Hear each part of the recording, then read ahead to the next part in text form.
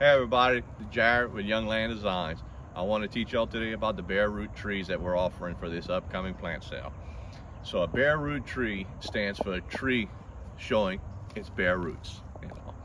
The big difference is between buying a tree like this versus buying a tree in a container, potted out and rooted out, is that your time frames that you have to work with this are much more immediate.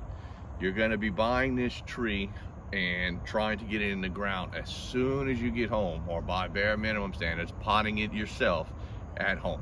You don't want this to dry out like it's starting to become right now, to where the roots are dry and all that, because the tree is going to take a much quicker effect to it. One of the other things, whenever you're looking at bare root trees, these are trees that are dormant, so there's no buds or anything like that growing up the stem. You want to look at it and try to catch it right before that time. All these great bare root trees we have are getting to that point where you can see good budding and stuff for them, and so that's why we had to hurry up and get them potted. That way we can make it last, make it as, most efficient for y'all whenever y'all come around to purchase y'all trees. The big benefits of buying a bare root trees is the cost savings to you. You're able to buy these trees to drastically different versus them being in a pot.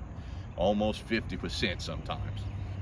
So it's a very good thing to take advantage of, but it's a short window that you have this advantage. It's usually not done in the nursery business because it's just big risk on our part to sit there and offer something like this to you in case you don't go and tend to it right away. So now we're going to talk about what you should do to tend to it and get it going at your house. So one of the things I recommend doing is, as soon as you buy this tree, get home with a bucket of water and let it sit in a bucket of water. That way the roots can soak up as much water as possible and all that. And then within an hour or so later, you want to go and start preparing your hole that you're going to plant it in its spot. The planting wise, there's not much difference. This is a pecan tree. Pecan trees have deep root systems and all that. So when you plant this tree, you obviously have to dig a much deeper hole going down.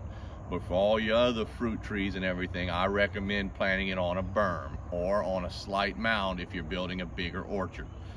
So with the berm situation, we've done a video prior, and we'll help redo it again here to explain it. But basically, you're going to, real simple, take a pile of dirt that you have. You're going to, in that pile, make you a square or a circle, however you get fancy with it, to where it has a levee, as we call it around here, all the way around. The center of it is still sitting 3 to 4 inches above the ground.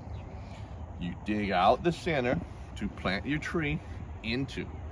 Once your tree is planted into the ground, then you'll be able to water and control the water so it's not running off. It's going straight to the roots, reducing the amount of water you need to use and the impact on it over time. This allows it to root out and grow out as efficiently as possible, and whenever you fertilize, it focuses the fertilizers directly to the roots and not running off all over the ground everywhere. I recommend all fruit trees, citrus trees, and edible stuff that you're going to plant to be planted in this method. It really makes a difference planting it right to start. And that's all you need to know about bare root trees. If I am going to take it home and put it in a pot, what's the difference? So just no difference really. If you're going to take it home and put it in a pot, you're going to just take it, fill you up some soil in a pot, turn around and plant it up to the roots. Make sure the roots are covered and water it in. Add you some fertilizer if the soil you're using or the mix you're using is not already fertilized. And if I'm doing that now in the spring, when should I start expecting to see buds on it, or when should I be concerned if I don't? Okay, so different trees bud out at different periods of times. So peach trees right now could start budding out their flowers for the fruit production of next year.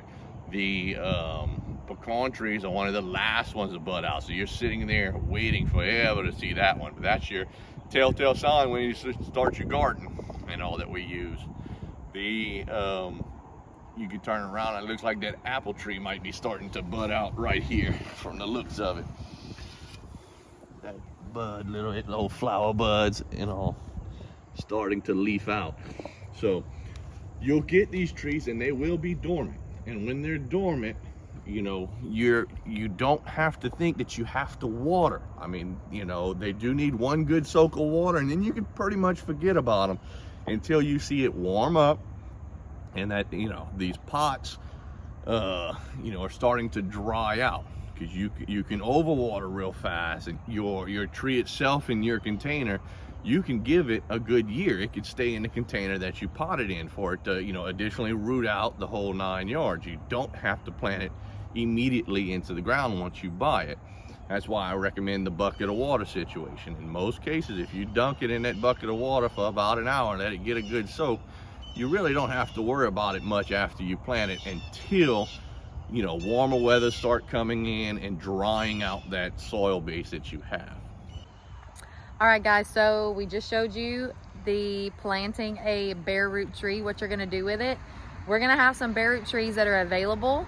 We are pre-selling before the plant sale, and then you can pick up at the plant sale. Are they gonna be able to pick up here before? They sure can. They can come on by and pick up here if you choose to. Yep, you could pick up here before the plant sale, or you could pick up at the plant sale.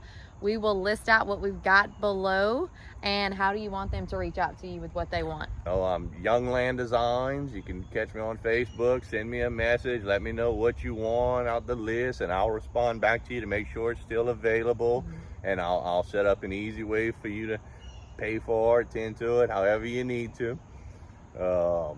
So what will happen when they do that? He'll send you an invoice via email, which you can pay, and once it's paid, those trees will be reserved. They will not be set aside until they're paid for, but if you request something, send them your email address, he'll send you the invoice, you pay for it, we'll set it aside and have your name on it.